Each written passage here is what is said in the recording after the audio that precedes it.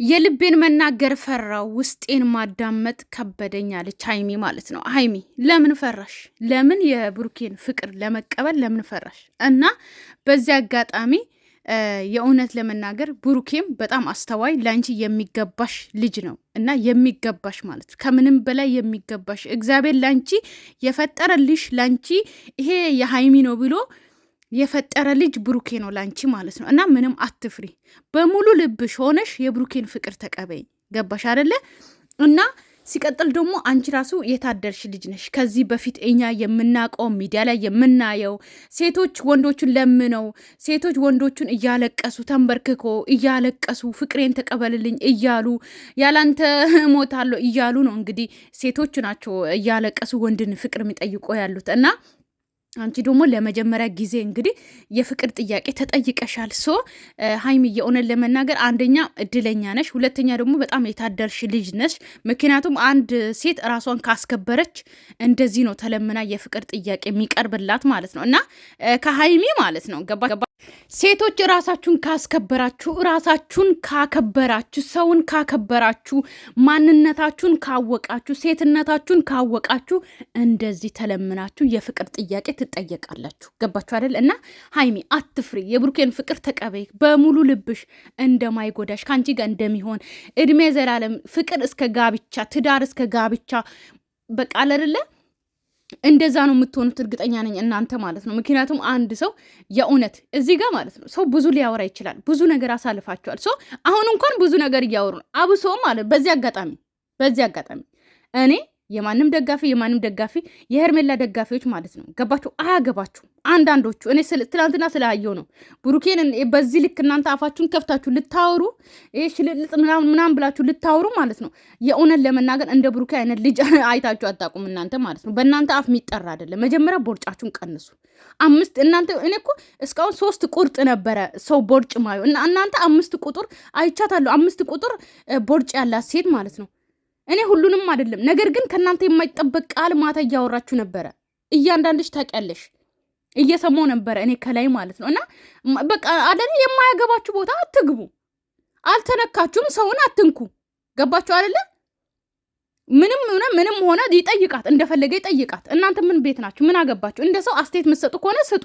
ነገር ግን ብሉኬ ሽልልት ምናምን ብላችሁ በእናንተ አፍ የሚወጥ በዛ ላይ ደግሞ ከእናንተ ታናሽ እኮ ነው። ብሩኬ ማለት እኮ ህፃን ልጅ ነው። ገና 23 ዓመቷ 22 ዓመቱ፣ ሀይሚ ገና 20 ዓመቷ 19 ዓመቷ ምናምን ገና ህፃን ናት። እንደናንተ እኮ ሽበት ያወጣች አይደለችም። ስለዚህ በእናንተ አፍ አይጠሩም። እነሱ ገና ልጆች ናቸው። ምንም ነገር ራሱ ቢያረጉ እንደፈለጉ የሆነ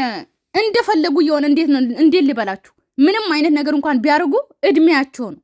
እናንተ ግን አስተያየት ለሰው ልጅ አስተያየት ቪዲዮ ላይ አስተያየት የምትሰጡ ከሆነ እንደ ጥፋታችሁ አስተያየት ትሰጣላችሁ። እንዴ ላላወቀ ሰው እንደ ሽልልጥ እንደዚህ ስላለ ነው ምናምን ሀይሚንም እንደዚያው እንደ ለምን ከዛ ደግሞ ደጋፊ እንደዛ ያረጉናል ምናምን እንደዛ እንዳይመጡብን ደግሞ እነሱ እኮ እንደዚህ ናቸው ምናምን ሳይነኩ ደጋፊውንም እነሱንም በዚህ ልክ ተናግራችሁ አሁን እናንተ ብትዘገዘቁ ብትሰደቡ ማን ነካኝ ልትሉ ነው። ስለዚህ ተከበሩ፣ ስርዓታችሁን ያዙ። ገባችሁ አይደለ? ሳትነኩ አትንኩ። እንዴ ያልነካችሁ ሰው አለ እንዴ ማታ? ስለዚህ አትንኩ፣ በቃ አለቀ። ገባችሁ አይደለ? ሄርሜላን የምትወዷት ከሆነ ሄርሜላን ይዛችሁ መጓዝ ነው እንጂ ስለ ብሩኬ ምንም ቤት ናችሁ? ምን አገባችሁ እንዴ? ስለዚህ ምን ማለት ፈልጌ ነው፣ አሁን እንኳን እንደዛ ሆኖ በስነ ስርዓት ሰው እየኖረ እንኳን በግድ ንኩን የሚሉ ሰዎች አሉ። እና ማንንም ሳሰሙ ለዚህ በቅታችኋል። አሁንም ማንንም አትስሙ። ነገር ግን እኔ ትናንትና ብያችሁ ነበረ፣ ሀይሚ ብሩኬን ታንከራትተዋለች ወይስ በአንዴ ፍቅሩን ትቀበላለች? የራሳችሁን አስተያየት አስቀምጡ ብያችሁ ነበረ። እና እኔ አሁን እየተሰማኝ ያለውን ልንገራችሁ። ሀይሚ በአንዴ ፍቅሩን የምትቀበል አይመስለኝም። በቃ አለርለ ሴቶች ስንባል ግዴታ ነው መደርደር አለብን። ሶ በአንዴ ፍቅር መቀበል የለብንም። ስለዚህ እንደዛ አድርጋ የምትቀበል ነው የሚመስለኝ አሁን ልቤ የሚነግረኝ ማለት ነው። እና እናንተ ማታ ንገሩኝ ብዬ ነበረ። ያው እናንተ ደስታችሁ ብቻ በቃ ደስታችሁን ነበር እየገለጻችሁ የነበራችሁት።